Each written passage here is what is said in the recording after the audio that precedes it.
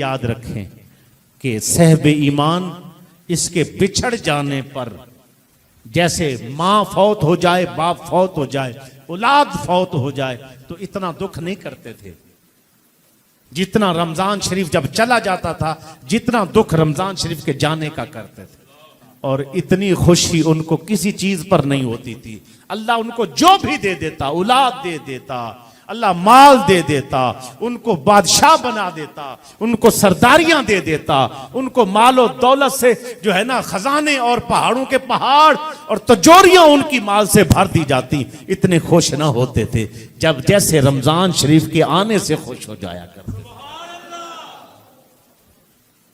حضور صلی اللہ علیہ وسلم پورا رمضان شریف، عائشہ کہتے ہیں اللہ کی عزت کی قسم یہ اپنا پہلو بستر کو نہیں لگاتے تھے.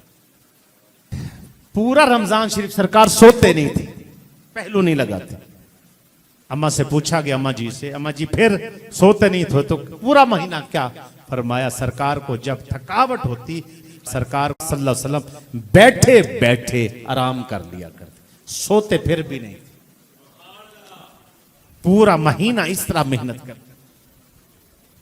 صحابہ علیہم رضوان کا طریقہ کار یہ تھا، رمضان شریف آتا تو کاروبار نہیں کرتے تھے، مزدوری نہیں کرتے. امیر صحابہ اپنے جو ان کے پاس پیسے تھے انہی سے وہ اپنا رمضان شریف کے روزے رکھتے. جو غریب دیہاڑی دار صحابہ تھے وہ امیر صحابہ کے پاس جا کر ادھار لے لیتے اور پورا مہینہ انہی کے پیسوں کے ساتھ وہ روزے رکھتے، دیہاڑی نہیں کرتے. کیوں؟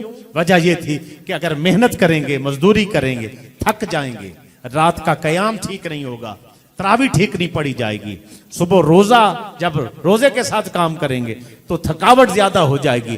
پھر روزہ تو رہتا ہے جو روزے کی اصل روح ہے، مزے کے ساتھ جو روزے اور عبادت ہوتی وہ نہیں ہو پاتی.